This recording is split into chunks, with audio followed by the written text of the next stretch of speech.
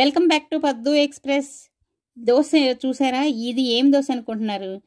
నేను ఏదో ఎక్స్పెరిమెంట్స్ చేస్తూ ఉంటానండి రకరకాల దోశలు వేయటానికి. ఎప్పుడు ఒకటే తింటే బోరు కదా, అందుకని ఇప్పుడేమి దోశ వేస్తున్నాను తెలుసా? పన్నీర్ దోశ అనమాట. పన్నీర్ తోటి దోశ, ఎలా ఎగ్ దోశ వేస్తాను, పన్నీర్ రకరకాల దోశలు ఒక 4-5 రకాలు ఒకేసారి పెడతాను ఉండండి. ఇగో దోశ వేసుకున్నాను, మామూలు దోశ పిండి. ఇది నేను ఇంకా జొన్న పిండితోటి మేము ఇడ్లీలు దోశ వేసుకుంటాం. ఇది జొన్న పిండి అనమాట. చూడండి ఎంత చక్కగా వస్తుందో జొన్న పిండి కూడా దోశ. ఉల్లిపాయలు వేసుకున్నాను, కొత్తిమీర వేసుకున్నాను. దీనిలో ఇగో కారప్పొడి చల్లుతున్నాను. చూడండి, కారప్పొడి చల్లేసి దీనిపైన పన్నీర్ తురిమి వేసుకుంటున్నాను. చాలా బాగుంటుందండి, తప్పకుండా ట్రై చేయండి. హెల్త్ కూడా, ప్రోటీన్ కూడా ఉంటుంది కదా. అందులోనూ నేను జొన్న దోశలు, మీరు మామూలు దోశలు వేసుకునే వాళ్ళైతే దానికైనా వేసుకోండి.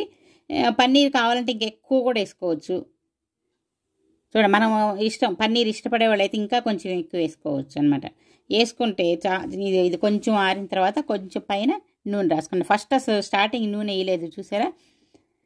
తర్వాత ఇలా పైన నూనె వేసుకొని ఇంకా రెండో వైపు తిప్పనక్కర్లేదు, ఒకవైపు బాగా కాలితే సరిపోతుంది. చూడండి ఎంత బాగా చక్కగా రెడీ అయిపోయిందో దోశ.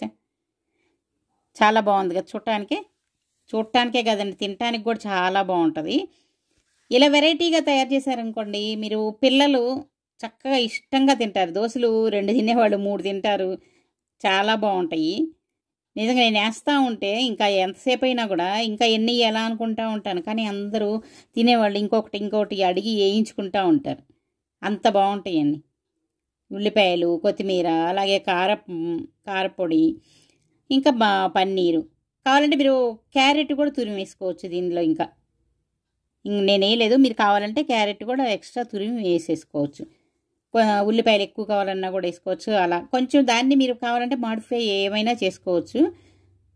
చూడండి, పన్నీరు నేను ఇంత మాత్రం వేస్తున్నాను, అంటే ఎక్కువ మంది ఉన్నాం అందుకని చెప్పి అందరికీ రావాలి కదా.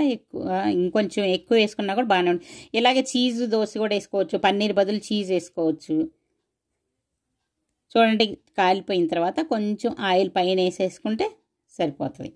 ఒకవైపు బాగా కాలిన తర్వాత ఇంకా రెండో వైపు కాల్చుకోనక్కర్లేదనమాట. ఒకవైపు మాత్రం బాగా కాలనివ్వాలి. అప్పుడు అదంతా కూడా చక్కగా దానికి స్టఫింగ్ దానికి పడుతుంది. చూడండి ఎంత బాగా రెడీ అయిపోయిందో. చాలా చాలా టేస్టీగా కూడా ఉంటుందండి, చాలా బాగుంటుంది.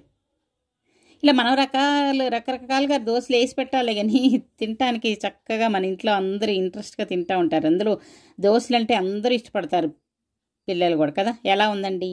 నచ్చితే లైక్ చేయండి, షేర్ చేయండి, సబ్స్క్రైబ్ చేసుకోండి. బాయ్.